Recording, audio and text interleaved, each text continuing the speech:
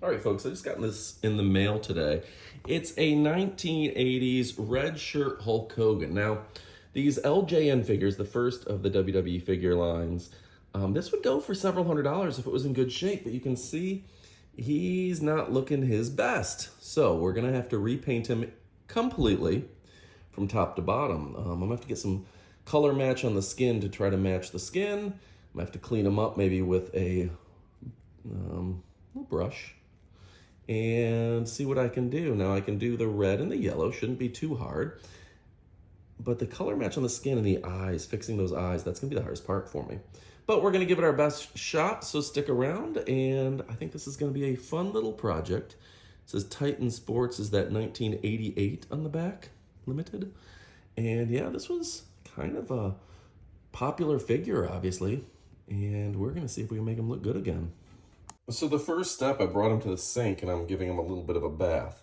Now what I'm starting to notice is that there's discoloration and uneven. There's maybe mold into the rubber itself, or at least some discoloration in the rubber. So I'm gonna probably have to repaint even the skin tones away from the face. I'm going to try to do the eyeballs first, because that's gonna be the hardest part to get right. And by contrast, to the left is my replica white shirt Hogan. So the goal is to get a red shirt variation on the guy you see here. Next, I need to mix up some kind of Hogan flesh tone. Looks like it may need just a little bit more red there. I've already, let's see if this is gonna work here. It looks like it will. I have to add just a little bit of red here. Some Hulkamania red into the mix.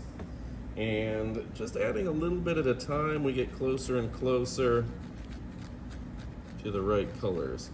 Now, I probably should have done this in a little bucket, a little scoop something, to where if I get the right color, then I can close it up and not have to worry about color matching it again if I have to do touch-ups.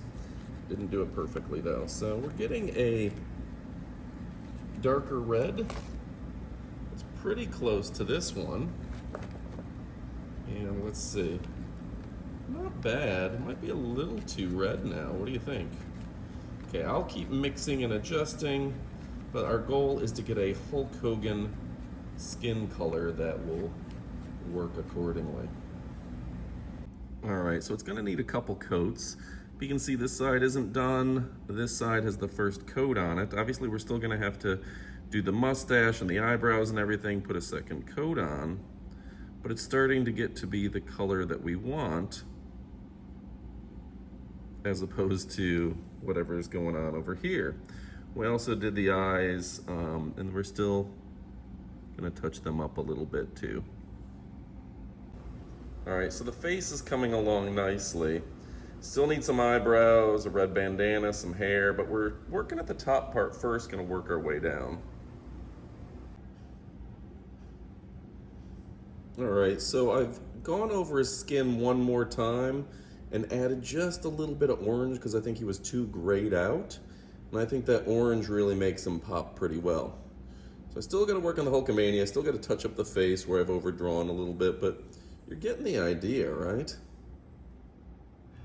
Brother.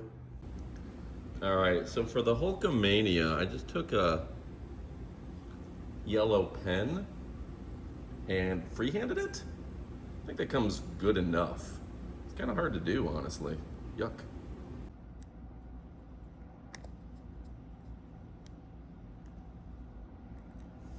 All right, folks, one of the things I like to get last are the boots, and then any touch-up you need to do, and then put a clear coat on it. The boots last just because you're gonna be touching the boots a lot while you're painting other areas. So do you really want to mess them up and get your hands all on them? Just wait, do the bottom half of the body as your last, thing that needs to be painted anyway. Obviously you're gonna have to do touch-ups and you have to do a little bit other stuff, but a couple coats on these boots will be fine. I'm trying a paint pen, but I'll probably switch over to a brush here in a second, but you get the idea that you're gonna wanna just set this up when you're done with it and let it dry. That's the hardest part for me because I like to do these guys in one fell swoop. And it's hard to take the time to let each layer and each little color dry. One tip I have is get a good hairbrush or hair dryer. That's gonna help. And then the other thing that I like to do is, you know, just a little tip anyway that I didn't know early on. If you're gonna repaint anything, you're gonna paint anything, don't settle for modeling brushes. Go get those brushes that women use for doing their nails. They're super firm, really tiny, and you can get some good details you can't with a lot of other brushes. Just my 2 cents. All right, folks, he's more or less finished. I'm gonna give him a coat of clear coat that we're gonna test out.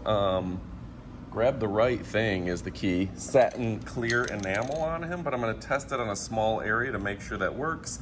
That'll give it a nice gloss, and I think he looks pretty good. Hopefully you'll be able to see that, you know, once we get the gloss on there, he'll be not too far from the other Hulkster and a lot better than what he was, right? All right, folks, so there you go. I think I nailed the color on the skin. And, you know, I'll still do some touch-ups tomorrow and stuff. Put a layer of lacquer on him, make him shine a little bit. But I think it's pretty good. I think it's pretty good.